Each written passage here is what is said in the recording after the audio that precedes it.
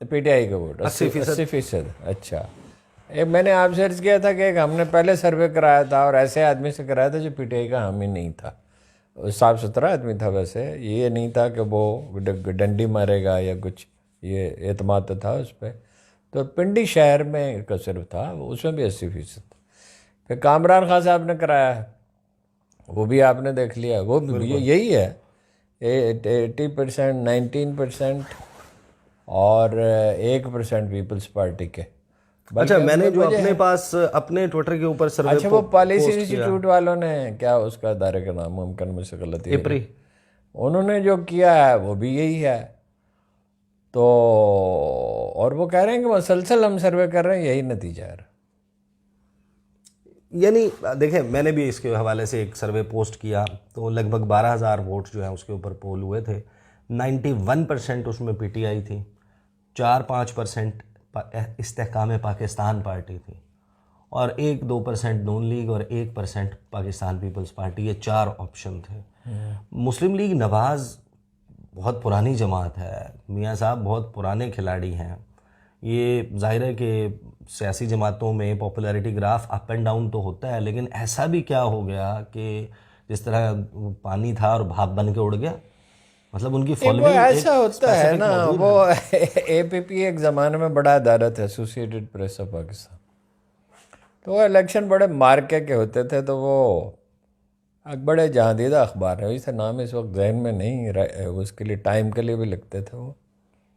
تو انہوں نے ایسے ہمارے ایک دوست سے پوچھا جو گروپ لیڈر تھے، 1-2 گروپ الیکشن لڑ رہے تھے، کہ فلاں آدمی کو کیوں کھڑا کیا؟ انہوں نے کہا پرانا آدمی ہے.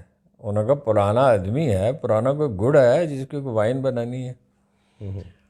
لوگ اکتا جاتے ہیں جی. دیکھیے 18 سال 25-30 سال میں جب بھی انہیں موقع ملا، 5 دفعہ تو وزارت، 4 دفعہ تو وزارت عظمیٰ رہی. شہباز شریف کی وزارت عظمیٰ میں ان کے ایک بھی ٹینیور وہ پورا نہیں کر سکے، جھگڑے میں پڑتے ہیں، کوئی نہ کوئی مسئلہ کھڑا کر لیتے ہیں.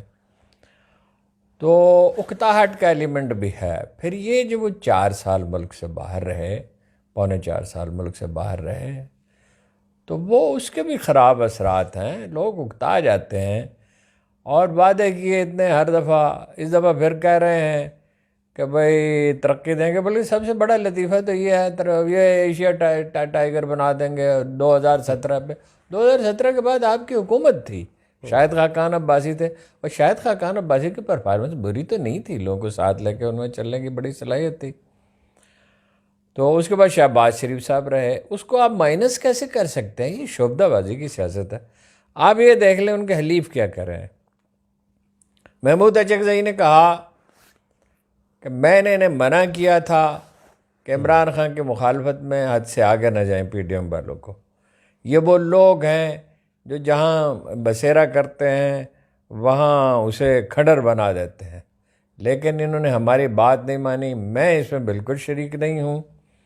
پھر ان سے پوچھا گیا الیکشن، انہوں نے کہا کون سا الیکشن، یہ کوئی الیکشن نہیں ہے. یہی بات میں نے شاہد خاقان عباسی کہہ رہے ہیں کہ اگر وزیر اعظم بنایا جائے نواز شریف کو، تو انہیں نہیں بننا چاہیے. اور یہ بھی وہ کہہ چکے ہیں کہ بھائی ایک قائد کی حیثیت، انہوں نے کہا یا کسی اور نے کہا، قائد کی حیثیت سے یہ بھی کہہ چکے ہیں بعض لوگوں سے صدر بن جائیں اگر انہیں موقع ملے. لیکن بنے کس چیز سے؟ آخر بہرحال کوئی آپ کے پاس باورچی خانے میں سبزی ہو، دال ہو، گوشت ہو، نمک مرچ ہو، گھی ہو، ساری چیزیں ہوں گی تو کھانا پکے گا نا. اتنا بڑا فرق ہے کہ مینیج ہو نہیں سکتا.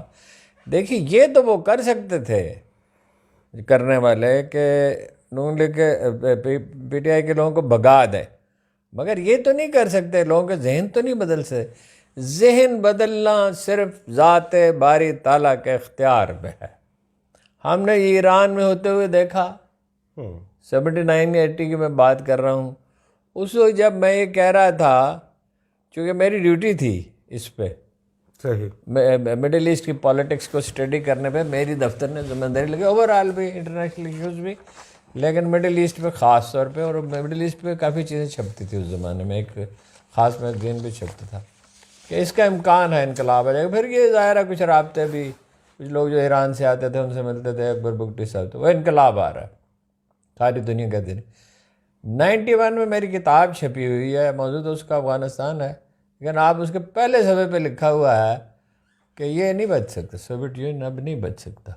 افغانستان میں تو لوگوں نے ہمارا اتنا مذاق اڑایا کہ روسیوں کی شکست ہو جائے گی، بعد میں امریکیوں پر بھی، یہ کیسے؟ یعنی لوگ سمجھے طاقت ہی سب کچھ ہے۔ بھائی طاقت کے اوپر تاریخ کی حرکیات ہیں، سیاست میں سچویشن میٹر کرتے ہیں۔ ایک افغان کے لیے کیا پرابلم ہے جی، اپنے 10-20 کلومیٹر پیدل چلنا، اور اس کی زندگی پہلے کون سے اچھی تھی، اور اس کے پاس اپنی چٹان کے سوا تھا کیا؟ اس کا تو یہی طرز زندگی تھا، اور وہ غیر ملکیوں کو شک کی نظر سے دیکھتا ہے، اور جنگجو ہے، ٹف ہے، ریلیجس ہے، اجنبیوں کو برداشت نہیں کرتا، کہ یہی ہونا تھا۔